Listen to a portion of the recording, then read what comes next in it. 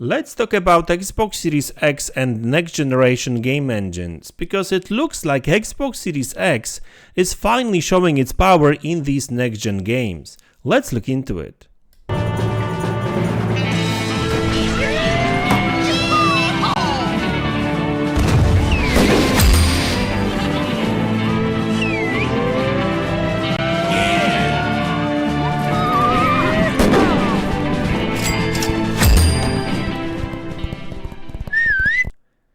Hey guys, welcome back to the channel.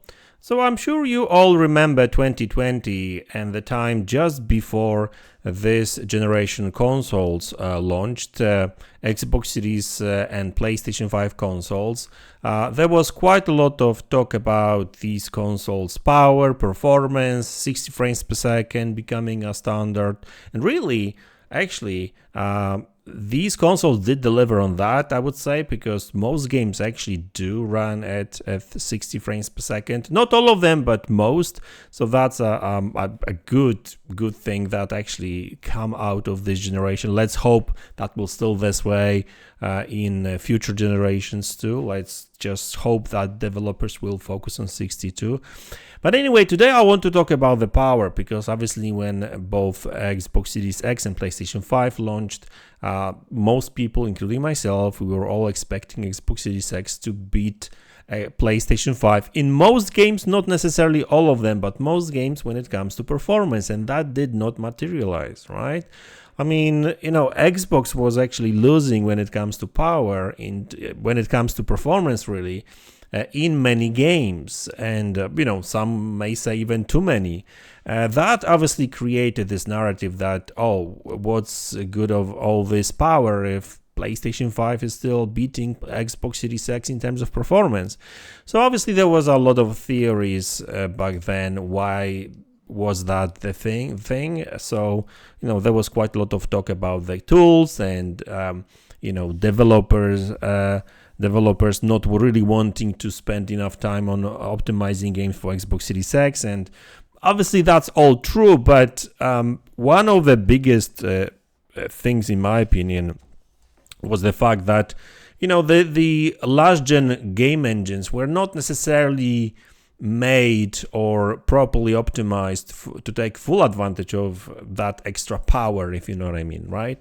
And that's actually changing now, because more and more games are actually running on next-gen game engines, and that shows, right? And Xbox Series X actually leads the pack when it comes to performance and I guess visuals in some games too, when it comes to resolution, that kind of stuff.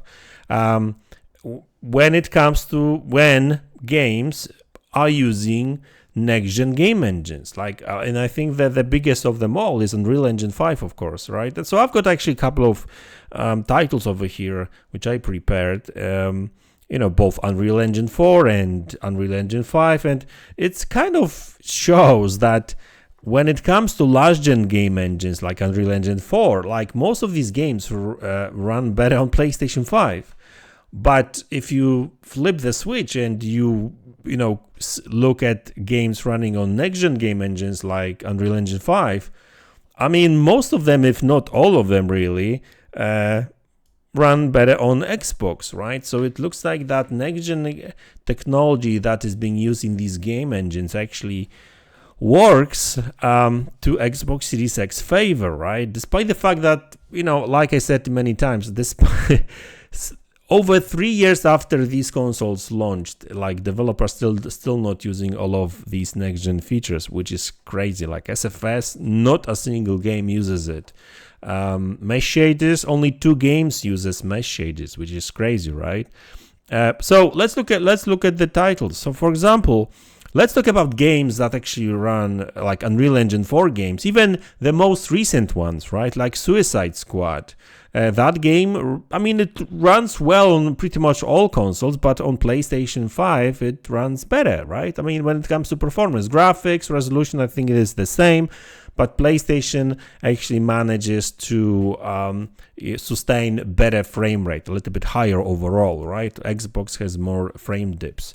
Same with Persona 3 Reload, another Unreal Engine 4 game. It runs better on PlayStation, and I think it's also missing some graphics features on Xbox. But I guess if with that kind of stuff, it's more, I guess, a bug or something must be if a game is missing. If a game is missing shadows or something like that, right? I mean, there must be something to it.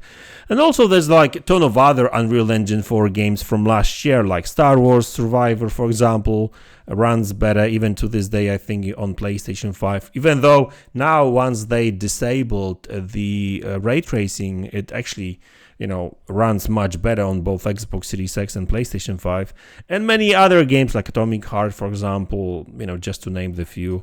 There's more, like pretty much most games, most Unreal Engine games, Unreal Engine 4 games run better on on PlayStation. I think like there's literally like one or two that was better on Xbox. I think that one of them was the Requiem. I forgot the full name. Plague's Tale Requiem. I mean, that game actually ran better on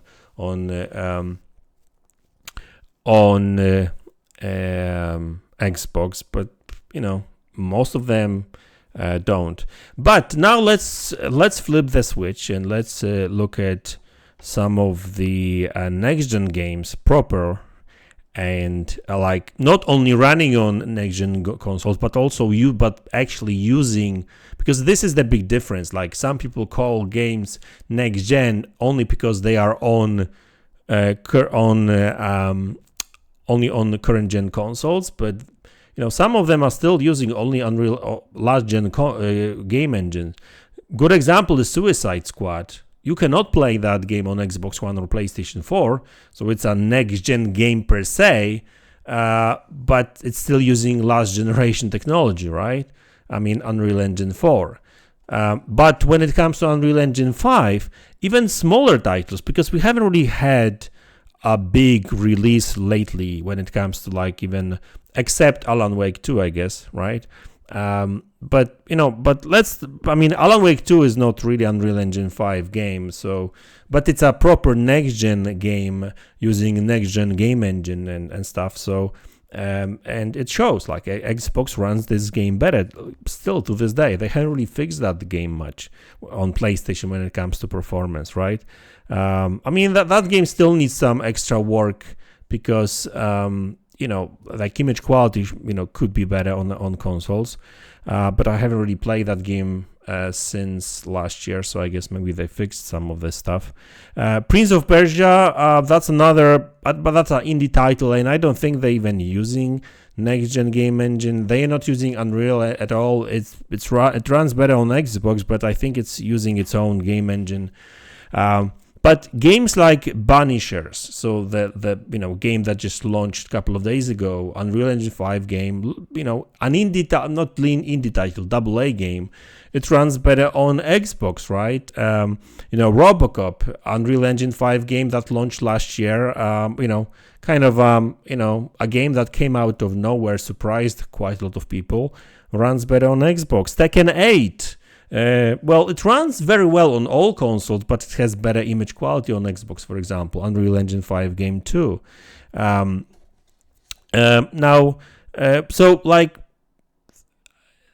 When it comes to Unreal Engine 5, so a proper next-gen game engine, or like Alan Wake 2, these games actually performs better on Xbox. I guess we can talk about like games also like Frontiers, Avatar Frontiers of Pandora, or Baldur's Gate 3, for example, but Baldur's Gate 3 is using Divine 4.0, so that's not really a next-gen game engine. I don't know much about Avatar. It's using Snowblind Snowdrop game engine. And I think that's actually a proper next-gen game engine because it's using mesh shaders there. Because, like I said, I'm not sure if I mentioned that at the very beginning of this video. There's only 2 games that are using mesh shaders: Alan Wake 2 and Avatar Frontiers of Pandora. So I guess that's the only game, a proper next-gen game, that actually runs better on PlayStation 5. At least it did when it launched. So I'm not sure if anything changed. So we'll see. But guys, like this is the thing, right? Like we spoke about tools and developers better optimizing these games and stuff, right? And that's actually happening right now.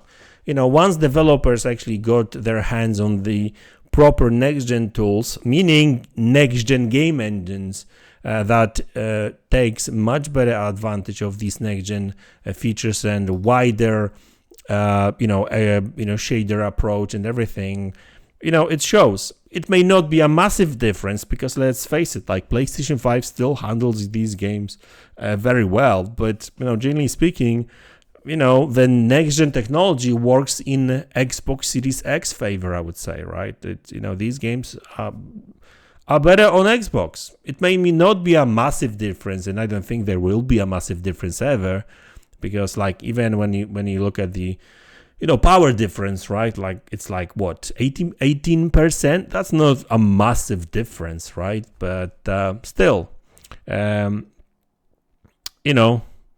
looks like Xbox Series X, finally has its power back. So anyway, guys, so that's the video. I hope you enjoyed it. Let me know in the comment section below what you think about it. Hit the like button, subscribe to the channel if you haven't already, and I will see you all in the next one. Take care.